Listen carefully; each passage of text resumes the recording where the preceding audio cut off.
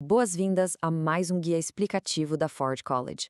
Bom, depois de passarmos pelos conceitos avançados na nossa última etapa, hoje vamos colocar a mão na massa com a configuração de pontos de entrada em um modelo de programa Solana. A ideia aqui é construir um verdadeiro checkpoint de segurança, uma planta baixa robusta para o nosso sistema. Afinal, se vamos criar programas que lidam com lógicas de negócios complexas, essa porta de entrada precisa ser impenetrável e incrivelmente bem projetada, não é mesmo?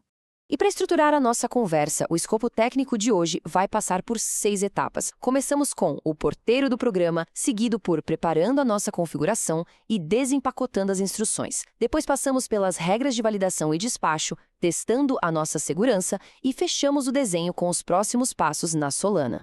Seção 1, o porteiro do programa, que funciona basicamente como a segurança de um clube VIP. É bem interessante pensar num programa Solana exatamente como esse clube super exclusivo, mas com um sistema de catracas digno de um projeto avançado de engenharia, sabe? Antes mesmo de qualquer linha da lógica de negócio rodar, o sistema precisa bater o olho e responder a duas questões fundamentais. Quem exatamente está tentando entrar e o que essa pessoa quer fazer lá dentro? E é aí que entra a peça central dessa arquitetura, o ponto de entrada. No código Rust, a gente conhece ele como a função Process Instruction. Ele é o porteiro definitivo. A função mecânica dele é conectar as configurações, desempacotar as instruções que chegam num formato de carga binária e, o mais importante, aplicar validações inegociáveis antes de liberar a catraca. Se um único detalhe estiver fora do padrão na carga, o acesso é barrado instantaneamente.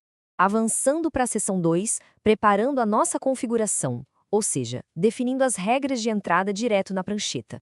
Na prática, como esse porteiro sabe o quão rigoroso ele tem que ser? Bom, a gente usa uma simples enumeração chamada Entry Config para criar diferentes modos de operação. Por exemplo, dá para ter um modo estrito, onde os valores transferidos obrigatoriamente precisam ser maiores que zero. Ou então, um modo permissivo, com regras um pouco mais flexíveis. Isso dita o comportamento da segurança na porta de um jeito que o programa inteiro se adapta, sem precisarmos redesenhar a lógica do zero. Uma peça de código simples, mas genial. Isso nos leva à seção 3, desempacotando as instruções, o momento de checar a identidade. Voltando à nossa analogia, essa é a hora em que o porteiro exige o documento do visitante. Para fazer isso rápido, ele procura direto pelo discriminante de instrução. O que é isso? É basicamente o primeiríssimo byte do pacote de dados recebido. Ele funciona literalmente como uma chave mecânica de ordenação, revelando a intenção real da instrução logo de cara, como se olhasse a cor do ingresso para saber a área certa do clube. Olhando para as especificações técnicas, o mapeamento fica cristalino. O discriminante 0, por exemplo, aponta direto para a instrução init e exige pelo menos 10 bytes de comprimento. Já o discriminante número 1 mapeia para update config, que é uma instrução bem mais enxuta, exigindo um conjunto de regras de validação totalmente diferente. E tem um detalhe cirúrgico aqui. Para a instrução init, não basta só olhar o tamanho do pacote. A gente precisa extrair 8 bytes específicos lá do meio da mensagem e converter isso com precisão milimétrica do formato LittleEngine, usando a função u64.fromLabBytes. É só assim que obtemos a quantia exata a ser processada, literalmente uma extração com pinça no meio dos dados. Partindo para a seção 4, regras de validação e despacho. É a famosa revista de segurança. Nessa etapa, o protocolo não perdoa. Primeiro passo, a lista de contas não pode estar vazia de jeito nenhum. Afinal, não fazemos negócios com fantasmas. Segundo passo, garantir que a conta principal seja gravável, caso a gente precise alterar os dados dela. E o terceiro passo, bater todos os parâmetros com o modo de configuração que definimos antes. Falhou em qualquer um desses três, a porta não abre. É exatamente por isso que o padrão de checar discriminante logo de cara é tão vital. Essa arquitetura garante verificações de tamanho super explícitas e a grande vantagem é que cargas mal intencionadas ou truncadas são barradas de forma limpa. Sem isso, um pacote de dados mal formado poderia facilmente causar um panic, e aí o sistema inteiro trava de um jeito feio e desordenado.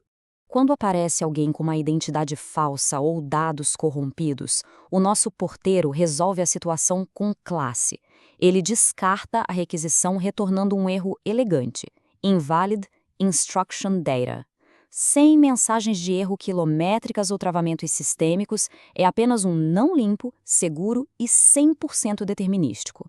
Vamos em frente para a seção 5, testando a nossa segurança, o nosso treinamento de rotina. Para ter certeza de que a engenharia de segurança funciona de verdade, precisamos bater 3 metas. Primeiro, uma compilação limpa, sem nenhum aviso de erro ou alerta de limites. Segundo, testes de parsing, que é a análise gramatical dos dados, rodando redondinho para as nossas enumerações. E terceiro, mais fundamental, a rejeição determinística de qualquer payload que venha corrompido. E quando rodamos aquele clássico comando cargo build e ele entrega um código de saída 0, olha, é uma sensação muito boa. Esse númerozinho simples prova que as fronteiras do nosso módulo e as estruturas de dados estão estruturalmente impecáveis na máquina local, sem precisar gastar recursos com um cluster ao vivo.